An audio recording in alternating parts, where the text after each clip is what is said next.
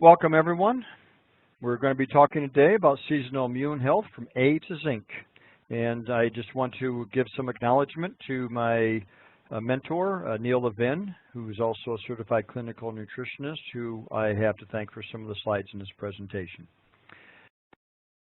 So we're going to start with an overview of the immune system, several branches of that, the innate and adaptive immunity. And we should, I guess at the outset, explain, as I think pretty much everybody knows, that the stress adversely affects the immune system, and sleep deficit affects immunity. So important for us to try to manage our stress as best we can, including getting adequate sleep.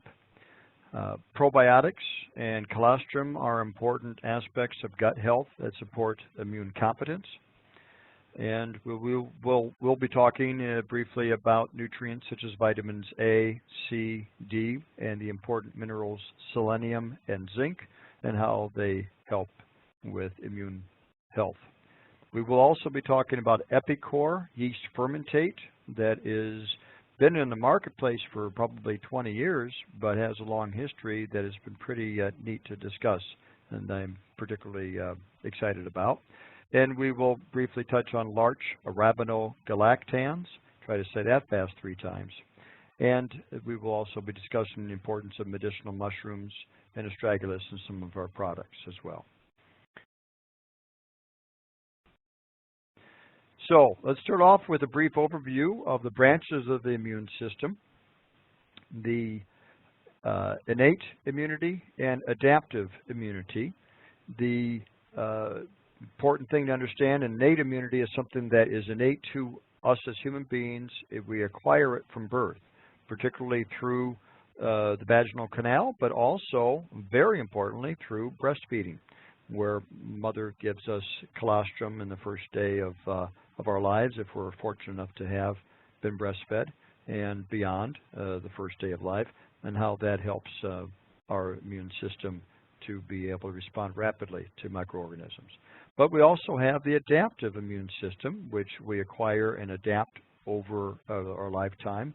It's non-specific, and it's independent of, I take that back, that's part of the innate immunity is non-specific, antigen independent. It's not antigen specific. The adaptive or acquired immunity is what is not present at birth. It is learned as the immune system encounters foreign substances known as antigens throughout our lifetime.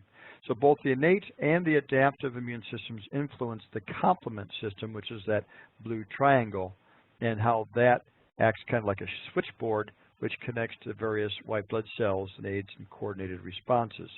So I think we're all familiar, at least in part, with some of the names of the white blood cells that are on the top of this diagram: the neutrophils, monocytes, mast cells, macrophages. Some of us may not be familiar with dendritic cells, but we won't talk about that today. B cells and T cells, which we will cover a little bit. So let's continue on with another chart. So we see here at the top, immunity has the innate and adaptive systems and how they branched out to different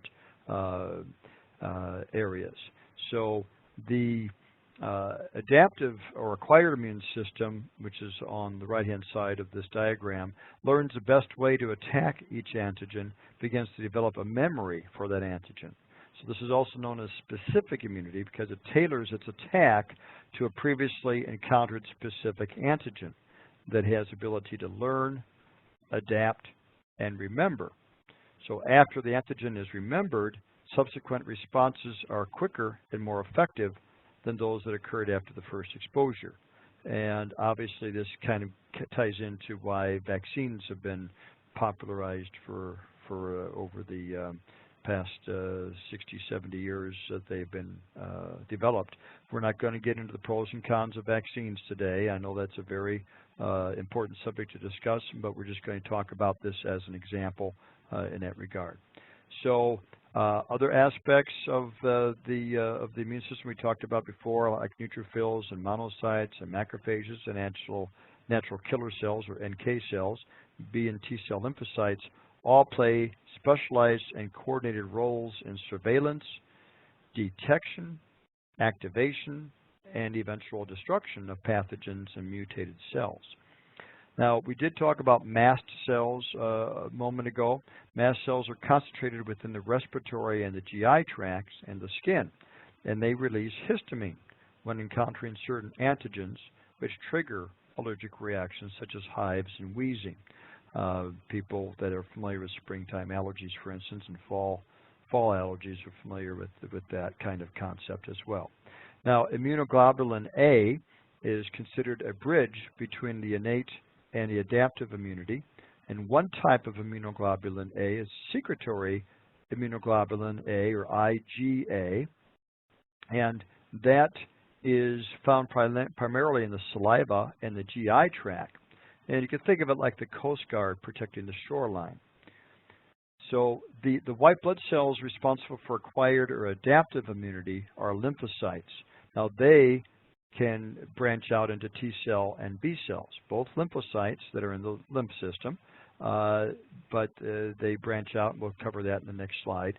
And I just want to point out before we leave this slide, on the left, the barriers to the barrier system part of the immune system is on the left, is the epithelium, which is the lining of our skin as well as our digestive tract, and the mucosa, which is part of that.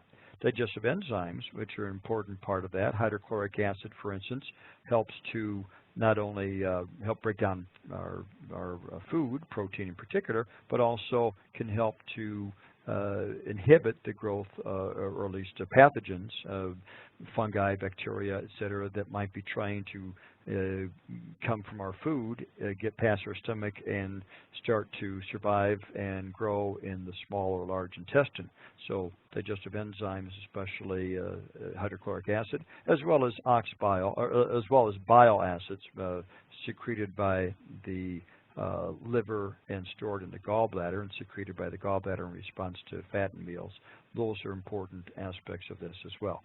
And of course, very important, the normal flora, the good probiotic flora in our system is also very important too.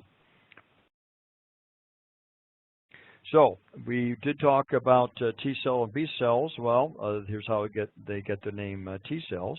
The thymus gland is the immune boot camp and key supporting nutrients for the health of the thymus, which sits under our thyroid, under our neck, in the upper thoracic area, and the lower, just beneath the neck. You can see the little black dot there on the human diagram.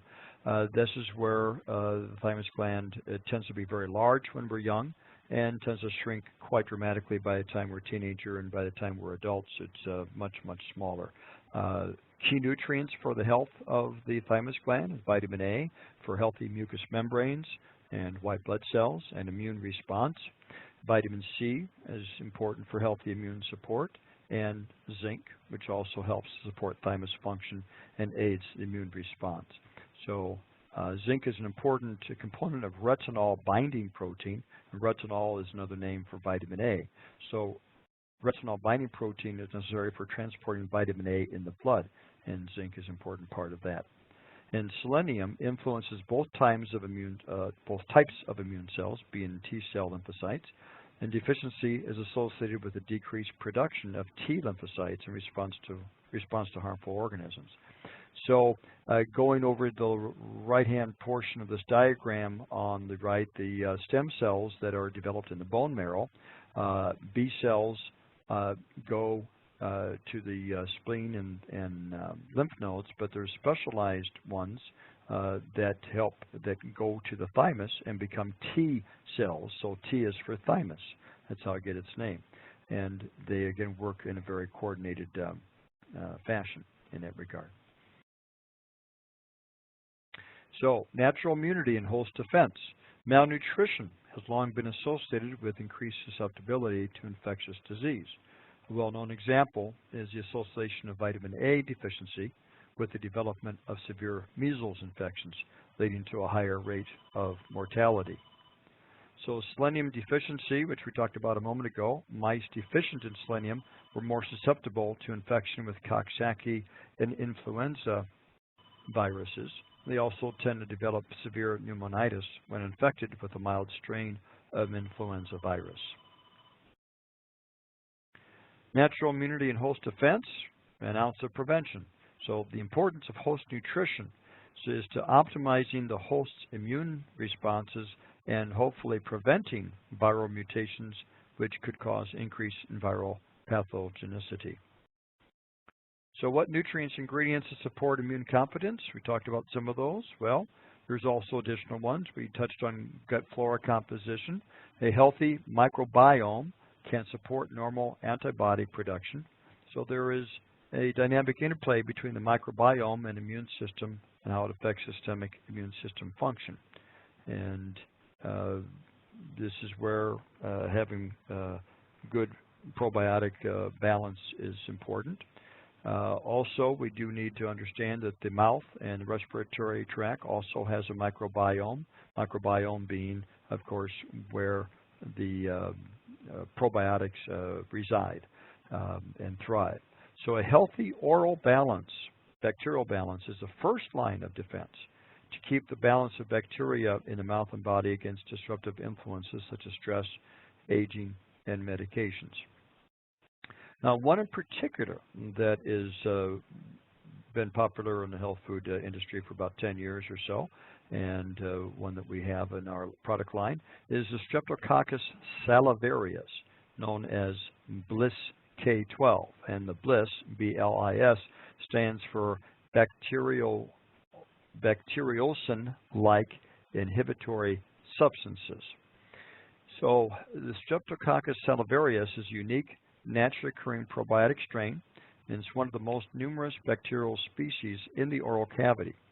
But it not only functions in the digestive tract like most probiotics, but also in the mouth and the upper respiratory tract, like the ears, the nose, and the throat. So when children are colonized with Bliss K12, these cells migrate to the tonsils, adenoids, and the nasal pharynx. As you can see, the eustachian tube connects the nasal pharynx to the middle ear. So Bliss K12 helps to maintain normal oral defense functions. Kind of a neat mechanism. There are many mechanisms in the immune system. It's kind of like a Swiss Army knife in terms of many different ways that the immune system has developed defenses to inhibit other organisms that don't belong in the system. And here is our product, Oral Biotic, which contains the Bliss K12, supports oral immune health. Also, by the way, helps reduce bad breath. And these pleasant tasting lozenges have a delicious strawberry flavor. They're quite yummy. It is an base of fructooligosaccharides, or FOS, which are, as you know, prebiotic nutrient support for the Bliss. Colostrum. We have several colostrum products, capsules and powder. Colostrum is, again, high in naturally occurring immunoglobulins and lactoferrin, and it helps to increase bioavailability and absorption of nutrients and encourages a healthy GI tract. So this is nature's first immune defense manual as colostrum. So there's lots of immune components found naturally in there that help the adaptive as well as the innate immune system. So both branches of the immune system are supported by colostrum.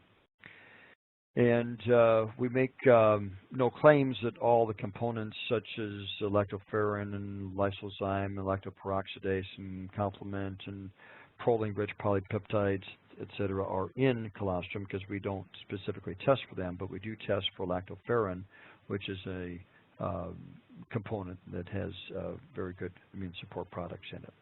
So immunoglobulins, again, are known for short as IG.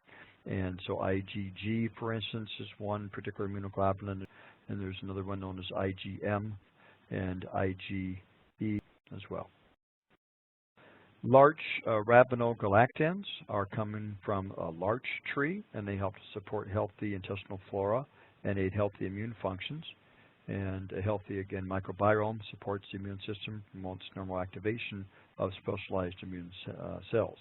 Largerabinal galactan studies have been done with multi-gram amounts. And largerabinal galactans also act as a prebiotic, which is helpful. And here's an example. This combines several products together, colostrum as well as Largerabinal Galactans, as well as olive leaf and astragalus root, as well as eleutheral root.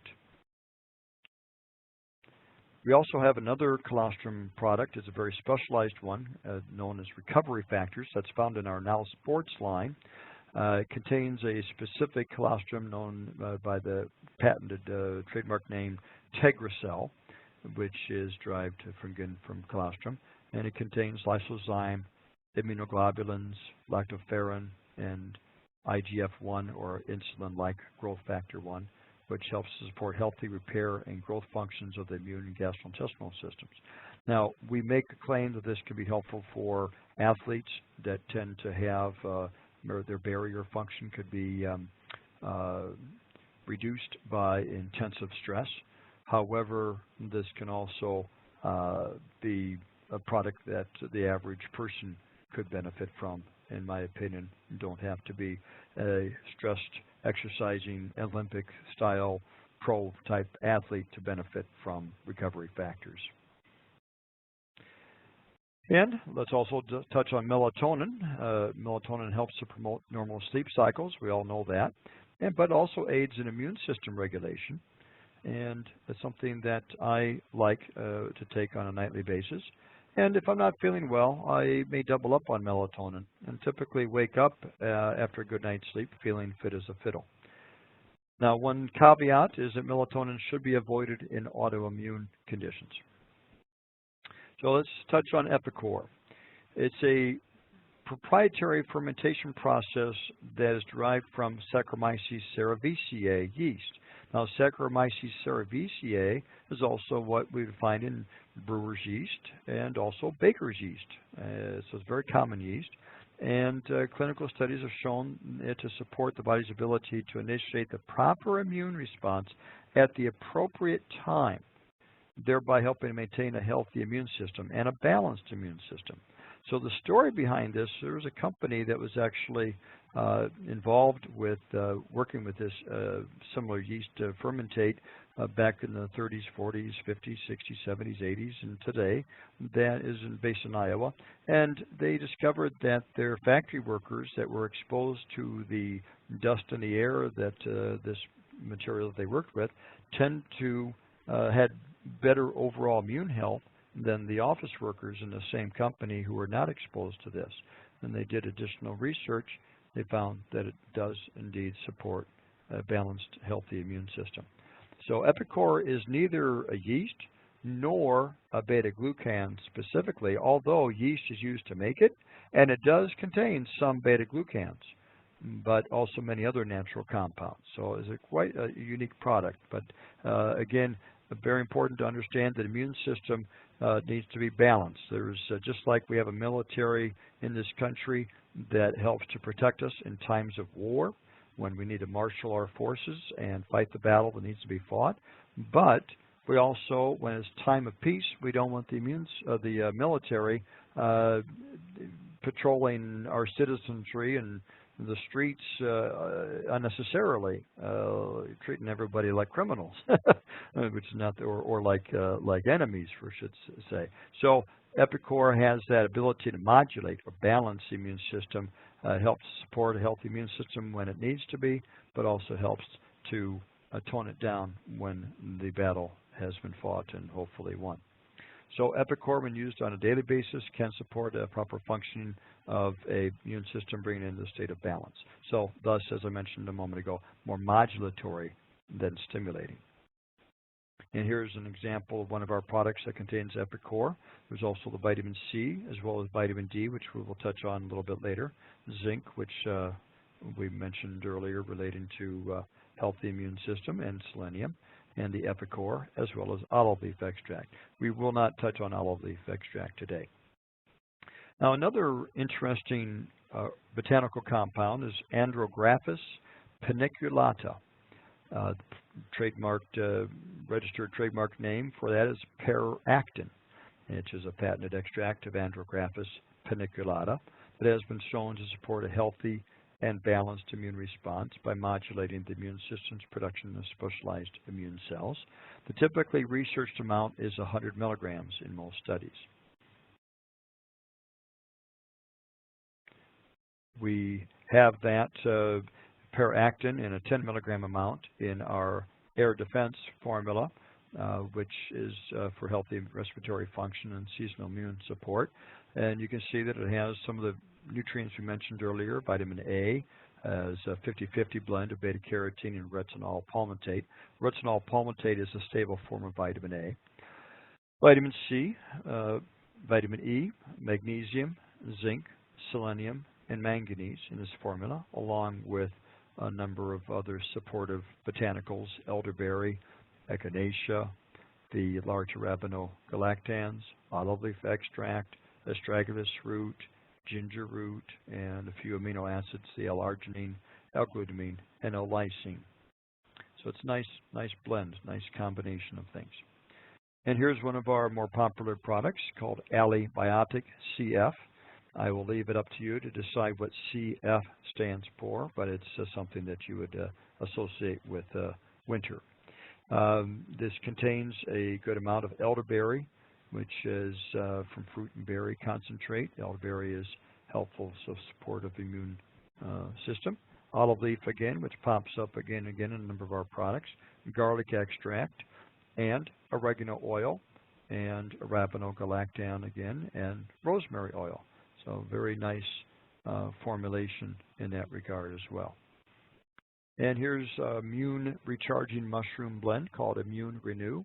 Contains, won't bother talking about the botanical names. I'll talk about the botanical names, not the Latin names, but turkey tail, sun mushroom, maitake, cordyceps, black hoof mushroom, which is not as well known as some of the other ones, lion's mane, reishi, which many people are familiar with, shiitake, which people are familiar with, as well as astragalus membrane. So these are organically grown mushrooms with the astragalus in a nice combination. And mushrooms contain beta-glucans, which are an important part of the immune system. And these have been standardized for polysaccharides, which support a healthy immune system response as well. Very nice product. So let's talk about the seasonal influence of on cold and flu symptoms. Obviously, I think most of us know this, pretty well known, that winter is the time for cold and flu, and spring and summer and autumn are not. We can see that represented here. So this graph lends support to the observation and the theory that seasonal variations in immune health are thought to be linked to the effect of sunlight on vitamin D levels. So let's explore that a little bit more. So we can get vitamin D, of course, from sun exposure certain times of the year, not throughout the year, depending on the time of the year and the season and what part of the country we live in.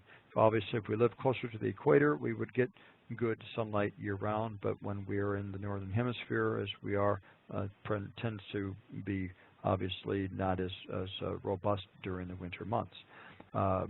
So UVB, ultraviolet B rays, will convert in the skin a certain type of cholesterol compound into a cholecalciferol, which is a pre-vitamin D form, that is then transported and converted in the liver into a pre-vitamin D form called calcidiol, which is then converted in the kidneys into calcitrol, which is a biologically active form of vitamin D.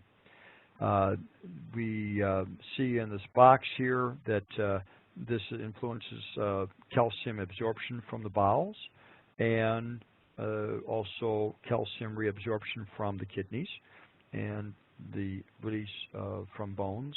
And this important thing to understand and appreciate also is that vitamin D affects approximately 2,000 genes out of the 20,000 some odd genes that we have in the human body.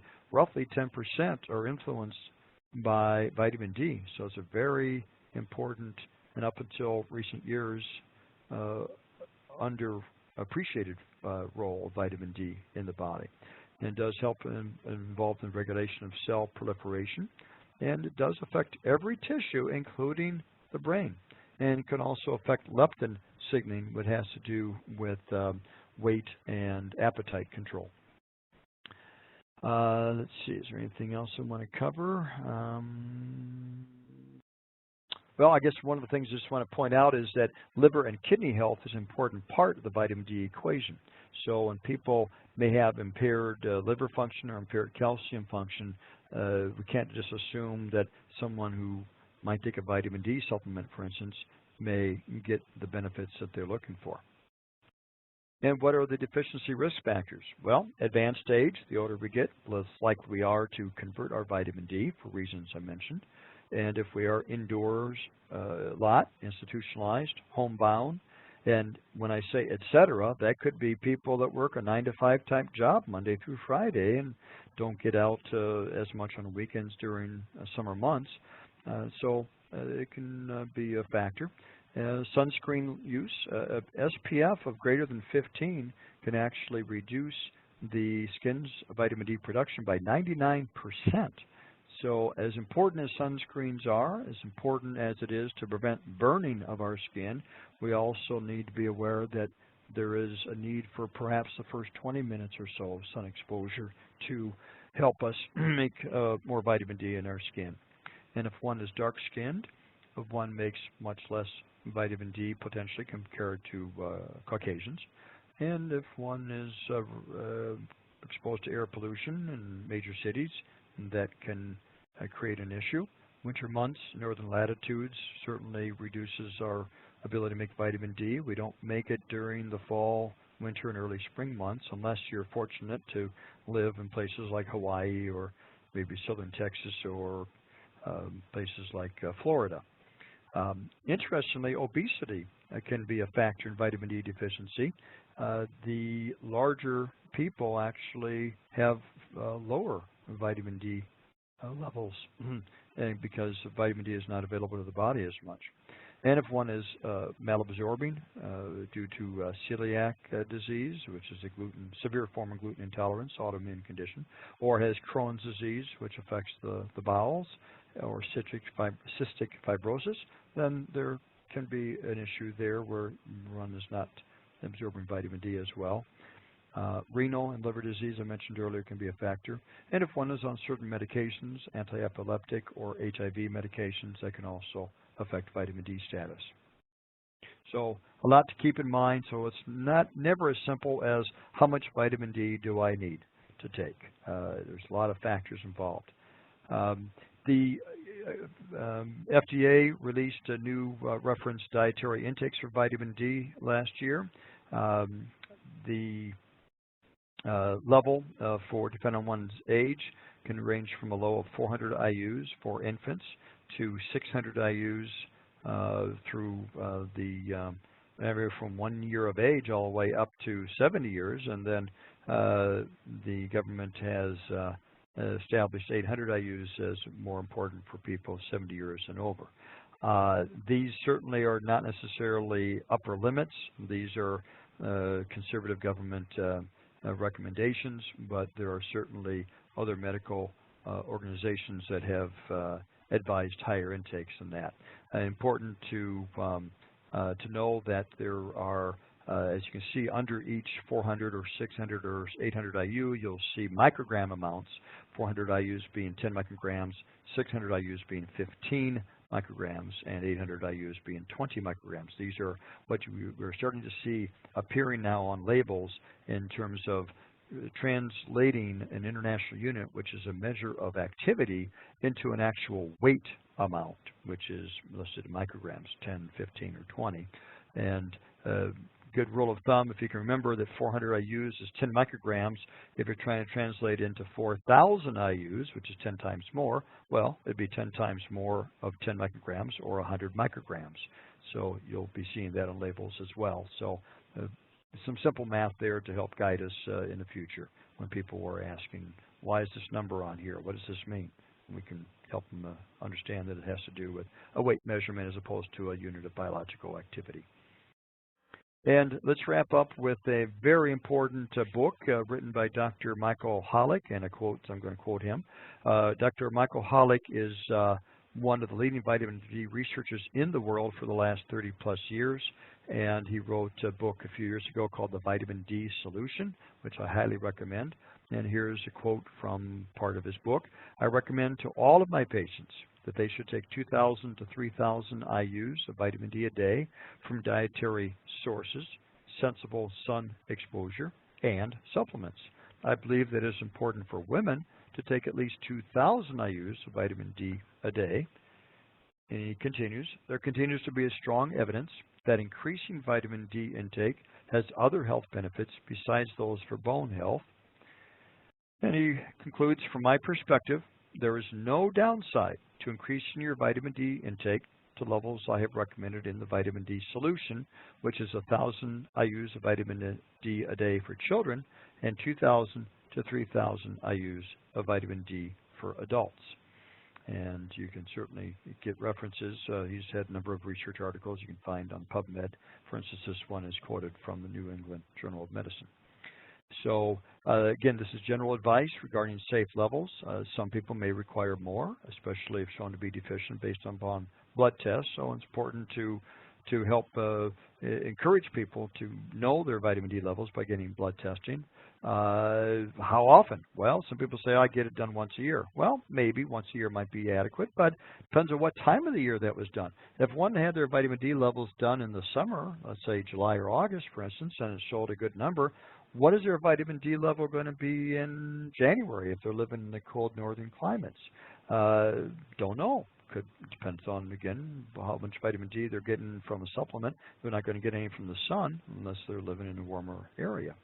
The more deficient one is in vitamin D, the more one may need a larger amount for a few months to build up levels quickly. But again, that would be guided by what blood test might show. So the more sufficient one is in vitamin D, the less is needed to maintain those levels. So there's great variation in individual need. But what's the upper level of safety? The vitamin D safety has been confirmed at up to 10,000 IUs per day. And that's an important thing to know about. So again, sometimes people are concerned about, well, you know, the government's told me for years I needed 400 IUs, which we now know is enough for an infant, and we were told since the 1960s that was enough for adults. Now, even conservatively, the government is recommending 600 to 800 IUs, and here we have a world-class expert in the form of Dr. Golick, who's recommending certainly amounts greater than that, which I think we all know are quite commonly consumed amounts of vitamin D. So at least to kind of give you an idea of the highs, the lows, and the in-between to help guide people and how lab testing can be of help.